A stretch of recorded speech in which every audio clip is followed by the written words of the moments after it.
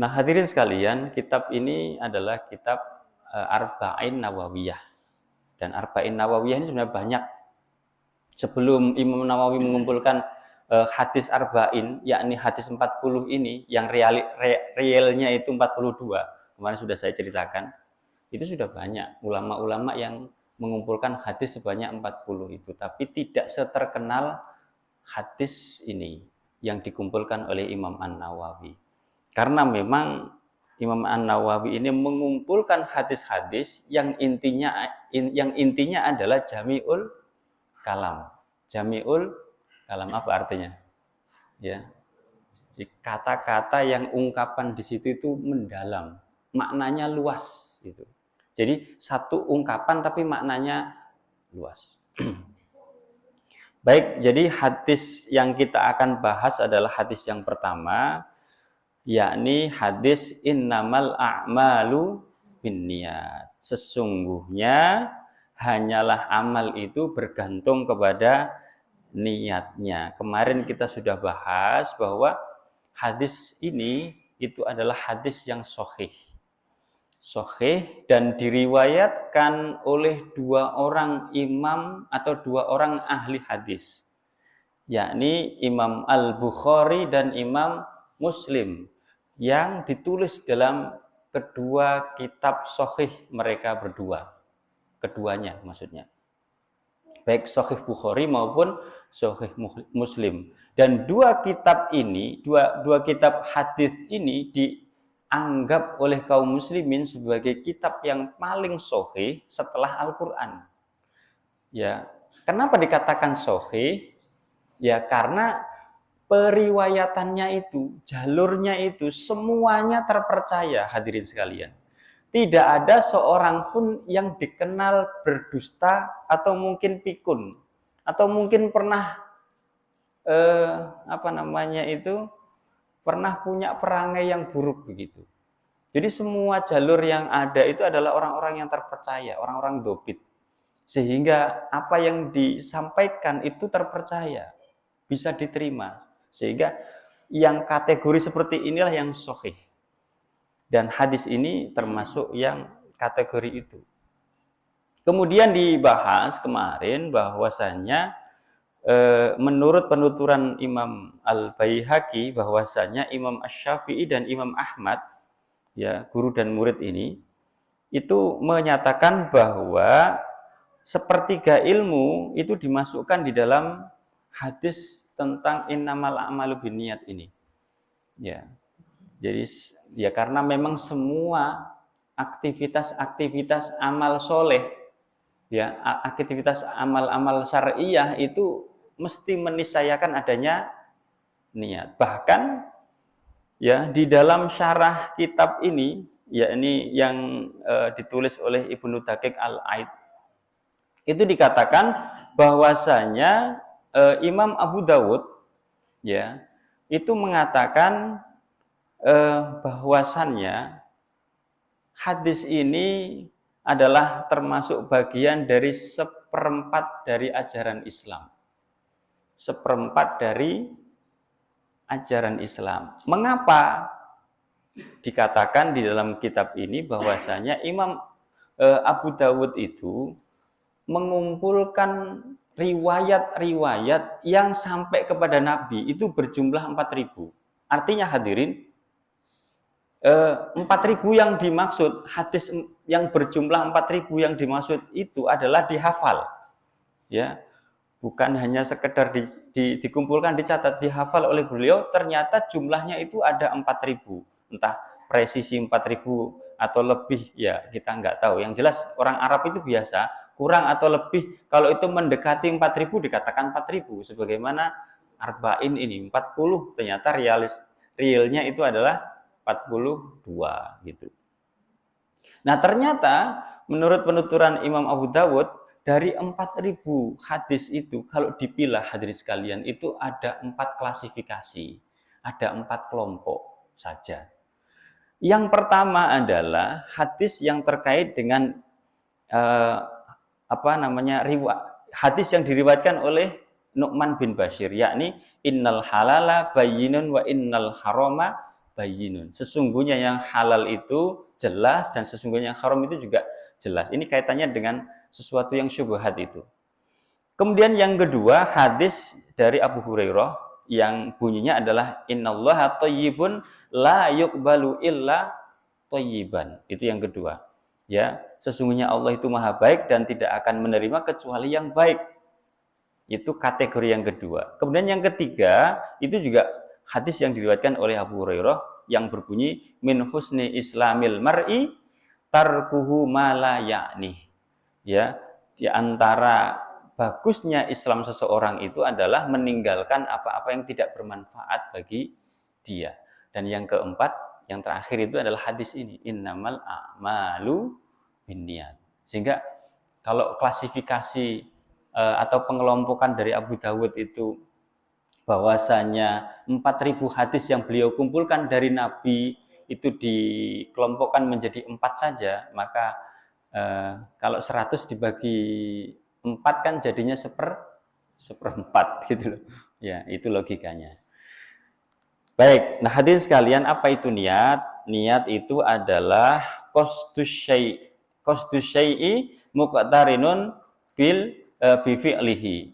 Qasdus syai'i muqtarinan bifi'lihi, yaitu tekad yang kuat melakukan sesuatu yang terbersit bersamaan dengan melakukan sesuatu tadi. Jadi kalau mau melakukan sesuatu amal syariah, maka ketika niat itu apa? Niat itu di awal perbuatan.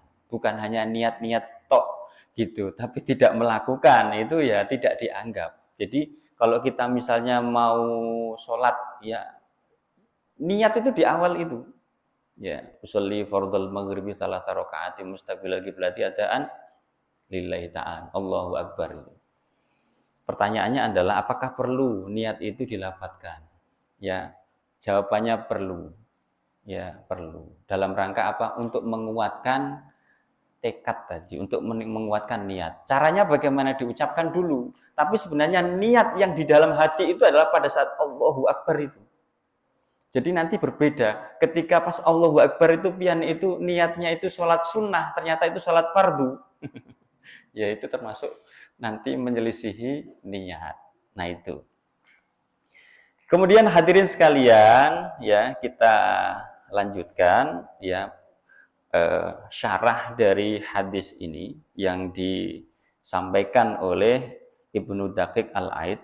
Beliau katakan di dalam kitab ini, wa hadza haditsun masyhurun bin nisbati ila akhirih. Hadis ini menurut Imam Ibnu Daqiq itu masyhur jika dilihat dari akhir sanadnya. Ini kategori hadis, hadirin sekalian. Jadi hadis itu kalau dilihat dari sisi riwayatnya, ya dilihat dari riwayatnya itu ada dua, ya. Yang pertama itu mutawatir, yang kedua itu ahad, ya jumlah perawinya maksudnya. Jadi kalau hadis mutawatir itu ya seperti Al-Quran dibawa atau diriwayatkan oleh lebih dari 5 sahabat. Dan tidak mungkin 5 sahabat itu berdusta. Pada saat itu pengumpulannya mereka itu sudah berpencar-pencar. Ya, berpencar-pencar itu maksudnya adalah mereka itu sudah berada di tempat yang berbeda, tetapi para pencari ilmu itu mencari mereka. Gitu. Ternyata redaksinya itu sama gitu. Redaksinya itu sama. Itu. Nah, pengumpulan Al-Quran itu juga seperti itu. Ya. Nah, yang pertama adalah hadis mutawatir. Ya, yang kedua adalah hadis ahad. Nah, hadis ahad itu adalah yang mana hadis yang perawinya itu jumlah perawinya itu tidak sampai 5. Itu kesepakatan para ulama. Nah, ini ahad. Nah, yang dimaksud dengan hadis yang masyhur ini termasuk bagian dari hadis ahad. Yang masyhur ini termasuk bagian dari hadis ahad. Masyhur itu terkenal, hadirin. Jadi namanya kalau di tempat kami itu namanya masyhur. Masyhur, terkenal. Terkenal itu hadis itu dihafal oleh banyak orang. Tapi itu hanya terjadi pada akhirnya gitu. Akhir dari periwayatannya. Akan tetapi gharibun bin nisbati ila awwalihi. Hadis ini statusnya gharib. Gharib itu ya tidak banyak yang meriwayatkan. Yang meriwayatkan itu cuma satu. Ya, apa? Satu itu di sini situ. Ya satu. Sekong, sekong gitu. Masya Allah. Hanya seekong gitu. Tapi sahabat jangan bilang seekong lah gitu ya. Jadi hanya seekong gitu. Itu.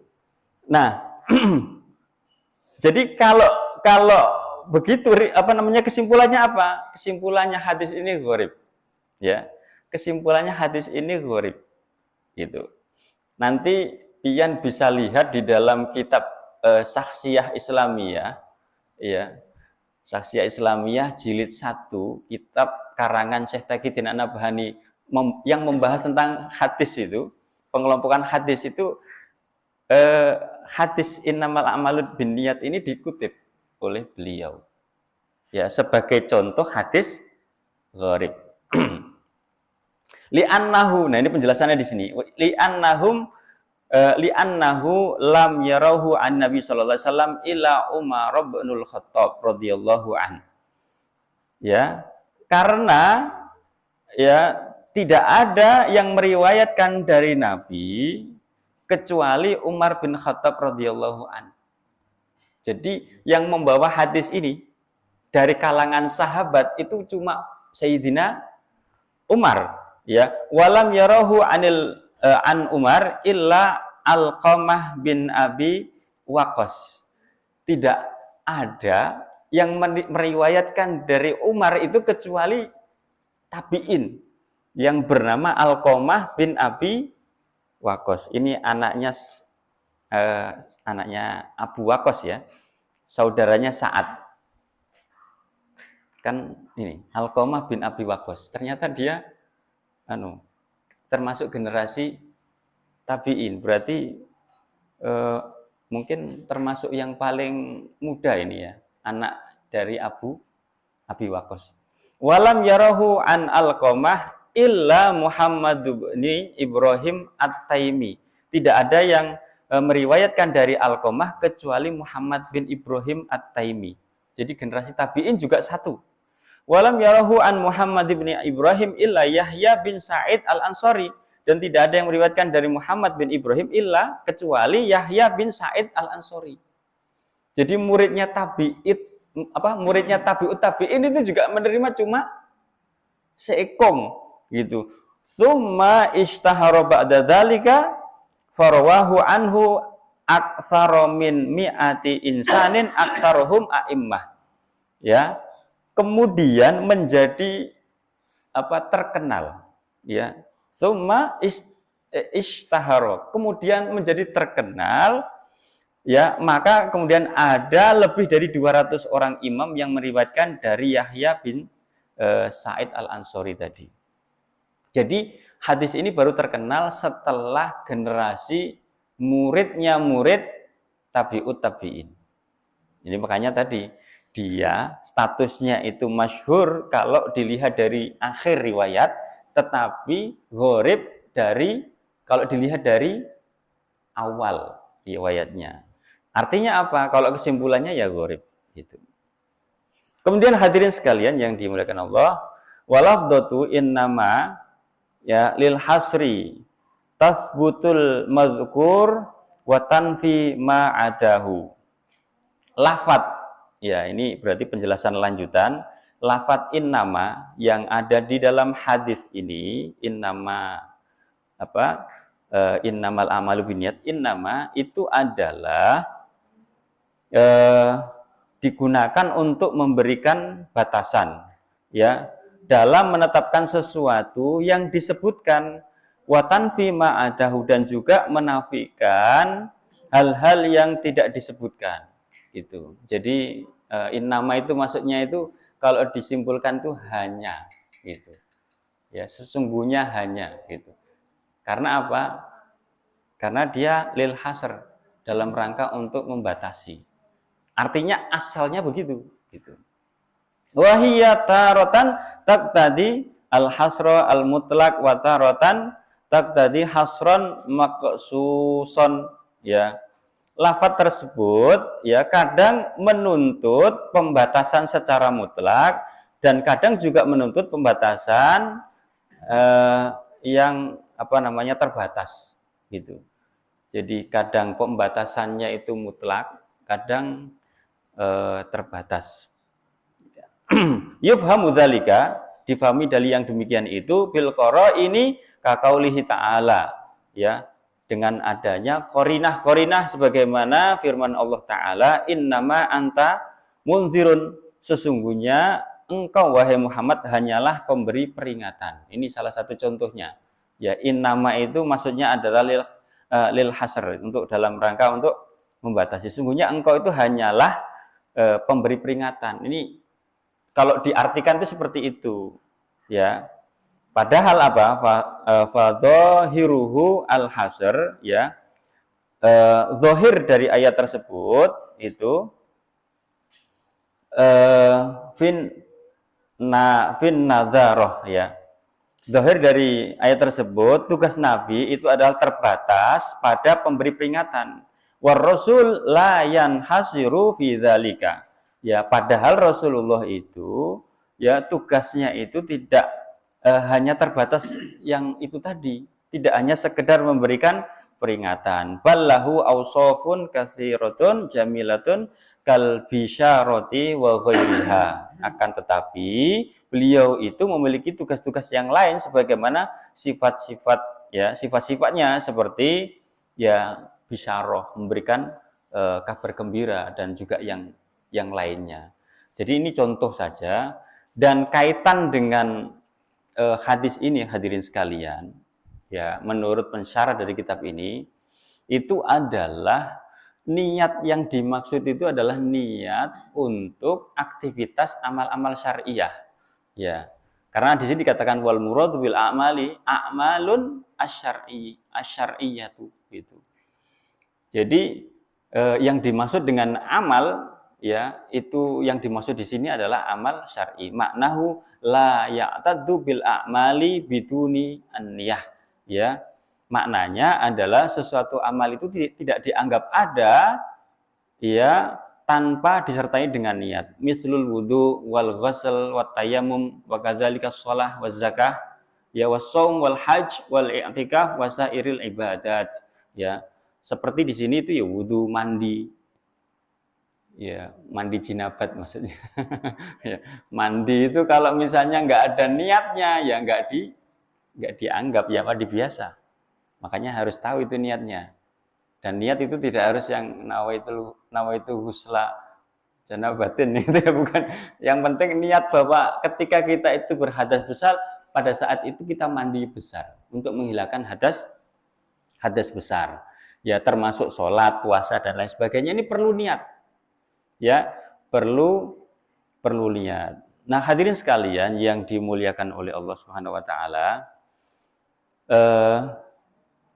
ada hal yang penting untuk kita sampaikan di dalam hadis ini, ya, yang terkait dengan hadis ini, bahwasanya hadis ini kalau kita lihat itu ada asbabul wurudnya. Ya, ada asbabul wurudnya. Asbabul wurud dari hadis ini, sebab apa? Sebab munculnya hadis ini itu adalah karena pada saat itu hadirin sekalian itu ada seorang yang ikut dalam hijrah, seorang laki-laki yang ikut hijrah dari Mekah ke Madinah, ya, kemudian menjadi Madinah, gitu. Dari kota Mekah ke Yasrib yang kemudian menjadi Madinah itu. Nah, ternyata seorang laki-laki ini niatnya itu bukan hijrah sebagaimana hijrahnya sahabat yang lain, yaitu hijrah untuk Allah dan Rasul-Nya. Karena memang pada saat itu, ya, orang yang betul-betul ingin menjaga keimanannya memang harus pindah. Karena apa? Karena Madinah pada saat itu adalah tempat di mana memungkinkannya Nabi itu menerapkan syariah. Ya, memungkinkannya di situ. Karena apa? Nabi di sana diangkat sebagai kepala negara, gitu. Sehingga status dari Madinah pada saat itu adalah Darul Islam. Sementara di Mekah pada saat itu statusnya adalah Darul Kufur. Sehingga orang yang tinggal di Darul Kufur memang harus pindah, harus hijrah ke Darul Islam. Supaya apa? Supaya bisa melaksanakan seluruh syariat Islam dan supaya mendapatkan keamanan. Seperti itu. Gitu. Karena itu mereka hijrahnya itu betul-betul karena Allah dan Rasulnya, bukan karena yang lain. Nah, ternyata ada orang yang nebeng hijrah, gitu kisahnya. Ada seorang laki-laki yang nebeng hijrah dan niatnya itu bukan karena Allah dan Rasulnya, akan tetapi ingin menikahi seorang wanita yang namanya Ummu Qais, gitu. Ya, sehingga ya dia memang kelihatan saking cintanya gitu ya. Kadang-kadang memang cinta itu sangat membutakan gitu. Tai kucing rasa coklat. Padahal ya tai kucing masa kok sama dengan coklat, ya beda lah gitu. Rasanya beda, baunya juga beda. Tapi karena saking cintanya mungkin ya, sampai mungkin nggak bisa dipisahkan gitu. Hidupku tak akan berarti tanpamu gitu. Akhirnya ikut gitu. Karena Ummu Qais ini hijrah, maka laki-laki ini pun hijrah. Tapi hijrahnya bukan karena Allah dan Rasul. Semua orang tahu pada saat itu bahwa dia hijrah itu ya karena tergila-gila dengan Ummu Qais. Maka orang ini kemudian disebut dengan Muhajir Ummu Qais gitu. Muhajir, jadi dia hijrah karena perempuan yang bernama Ummu Qais. Nah, hadirin sekalian, perkara niat ini penting karena tadi niat itu sangat menentukan. Bahkan Imam Nawawi di dalam kitab ini mengatakan niat itu menjadi syarat, ya, menjadi syarat diterimanya amal. Ya, tentu kalau kita lihat bahwa ya ini adalah syarat, itu ya bukan satu-satunya syarat. Karena pada faktanya amal soleh itu ya tidak hanya cukup dengan niat, ya, tetapi amal soleh itu ya kadang-kadang juga harus beriringan dengan aktivitas real. Ya, karena itu hadirin sekalian, kalau kita gabungkan dengan pembahasan yang lain, di dalam kitab Taqarrub Ilallah Thoriqut Taufik, ya, yang dikarang oleh Syekh Fauzi Sankorit atau Fauzi Sinnukort, itu beliau itu mengutip sebuah ungkapan yang bagus sekali di mana Imam Fudail bin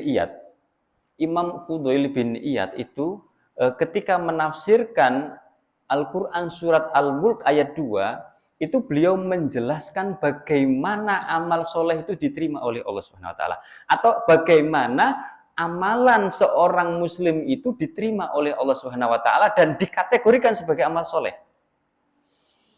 Nah, ayatnya adalah sebagaimana kita sudah kenal ya, Tabarakalladzi biyadihil mulku wa huwa ala kulli syai'in qadir.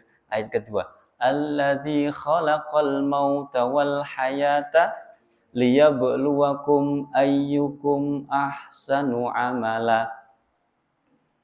Jadi ayat ini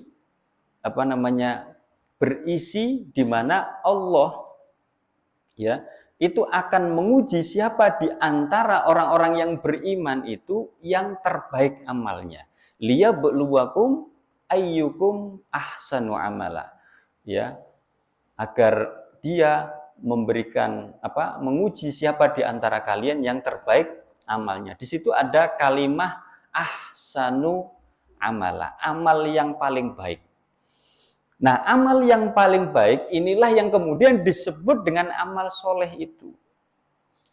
Nah, menurut penuturan atau menurut tafsir dari Imam Fudail bin Iyad yang dikutip di dalam kitab Taqarrub Ilallah Thoriqut Taufik ini, itu bahwasannya amal soleh atau ahsanu amala itu akan terpenuhi jika memenuhi dua hal atau dua faktor.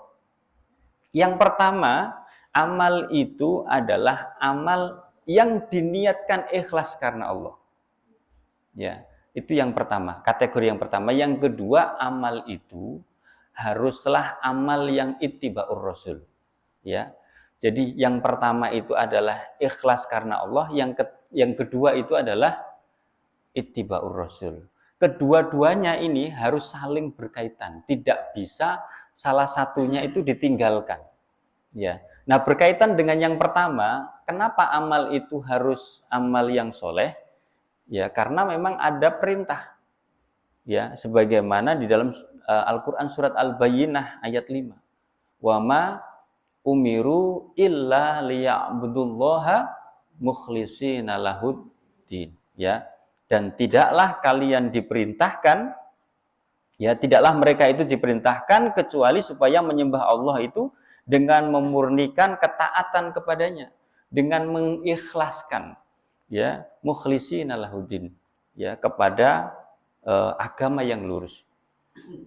Nah, sehingga memang ikhlas itu, ya, menjadi salah satu faktor penting diterimanya amal sebagai amal yang soleh. Tetapi itu bukan satu-satunya. Ya, kalau menurut penafsiran dari Imam Fudail bin Iyad, ini salah satu gurunya Imam Syafi'i. Yang kedua adalah ittiba'ur rasul. Yang kedua adalah ittiba'ur rasul. Jadi amal itu kalau mau diterima tidak hanya ikhlas, tapi harus sesuai dengan contoh dari Rasul. Ya, contoh saja misalnya sholat. Sholat itu sudah ikhlas. Misalnya sholat isya tadi itu, sholli fardul maghrib tadi. Ya, salah rakaat mustaqbil berarti adaan makmuman lillahi ta'ala. Lillahi ta'ala. Tetapi ternyata bacaan yang di dalamnya itu pakai bahasa Indonesia. Ya, kayak orang Malang dulu itu, Muhammad Roy. Itu kan begitu. Wah, itu kalau misalnya bahaya sekali itu kalau misalnya sholat aturannya pakai aturan sendiri itu. Kalau orang Banjar mungkin Allah maha besar gitu ya, ganal gitu. Kalau orang Jawa parah lagi gitu ya, Allah langkung ageng gitu, Pak. Nanti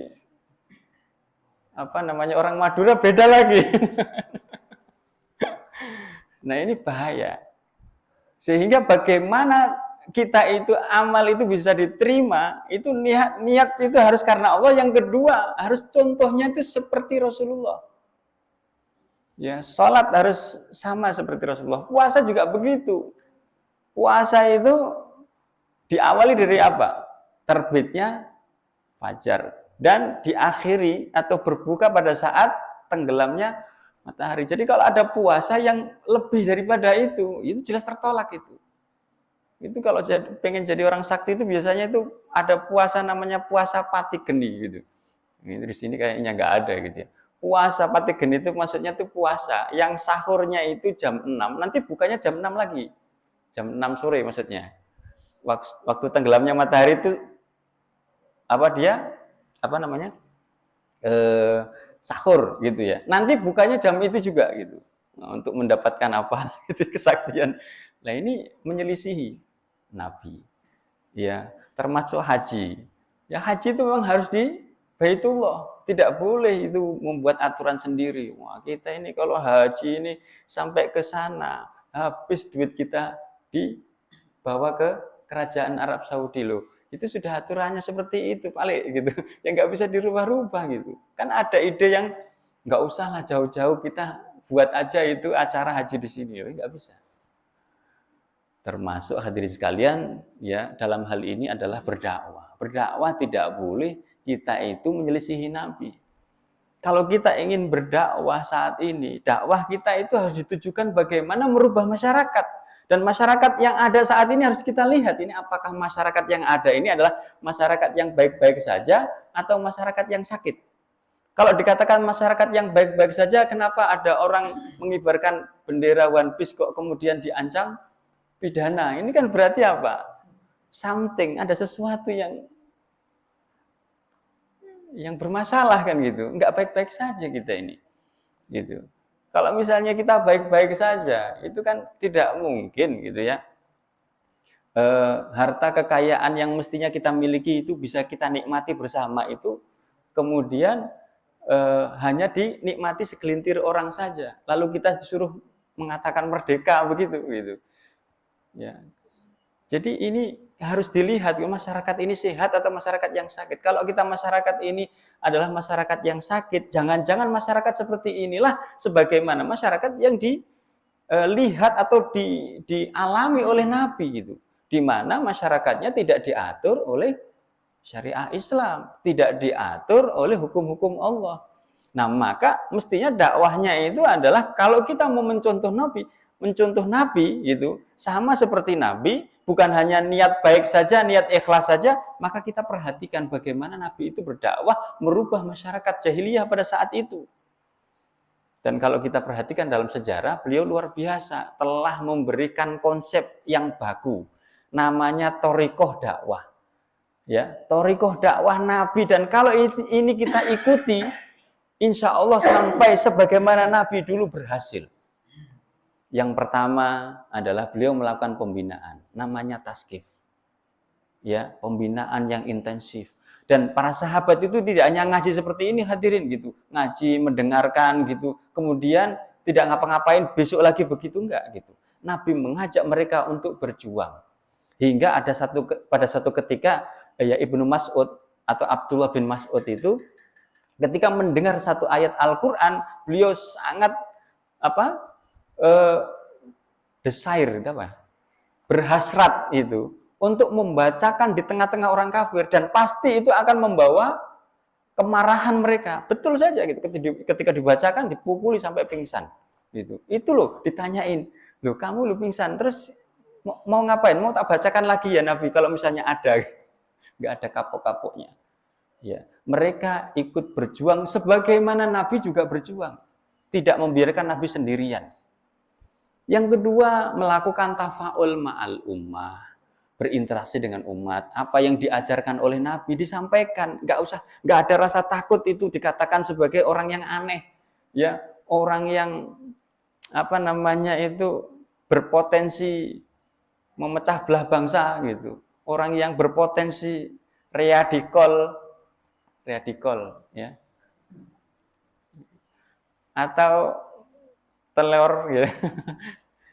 Tidak ada rasa takut terhadap hal itu karena memang harus disampaikan gitu. Sebagaimana kalau kita lihat hari ini misalnya interaksi itu tidak diatur dengan syariah Islam, mestinya itu adalah yang salah, fakta yang salah, dan harus dirubah dengan interaksi yang diatur, ya, interaksi yang diatur dengan hukum-hukum Allah gitu. Itu nanti baru benar gitu. Itu nanti tidak ada kasus-kasus yang macam korupsi, macam pergaulan bebas, ya, macam yang sekarang itu namanya peredaran obat itu luar biasa gitu, sehingga sampai penjara itu nggak muat gitu. Ada teman ulun hadirin sekalian yang diberikan amanah untuk ngisi di penjara itu, rata-rata mereka itu melihat penjara itu udah full, bahkan overload. Ya, isinya itu banyak sekali, melebihi batas. Ulun aja masuk ke lapas ini itu, termasuk yang sering. Tapi bukan masuk dalam rangka di penjara ya. Saya punya banyak proyek di sana itu. Ada pengadaan apa gitu di sana, sarana dan prasarana itu. Itu melihat itu, Masya Allah. Ya, kalau saya tanya itu pada sipirnya, petugasnya itu sudah over. Itu artinya apa? Kita tidak baik-baik saja. Nah, kalau ini terus gitu ya, masyarakat ini interaksinya diperbaiki dengan syariah Islam, ya. Tentunya ya dengan cara berjamaah, ya, dengan cara bersama-sama, dengan amal jama'i, insya Allah nanti lama kelamaan akan muncul kesadaran untuk kembali kepada hukum Allah. Dan pada saat itu insya Allah masyarakat akan menuntut akan adanya istilahul hukmi, ya, di mana kekuasaan itu diberikan dalam rangka untuk memberikan pertolongan kepada syariat ini, ya, yakni menerapkan syariat Islam. Insya Allah kalau itu kita lalui, kita lakukan, kita bersama-sama melakukan itu, insya Allah ya pertolongan itu akan datang itu. Sehingga kalau kita kaitkan itu hadirin sekalian, ya, niat ya termasuk dikaitkan dengan amal soleh. Amal soleh kita itu mestinya itu sama dengan Rasul, sama dengan apa yang dicontohkan oleh Rasul, ittiba'ur Rasul. Sehingga apa? Sehingga apa yang kita ingin raih itu tercapai. Karena memang apa?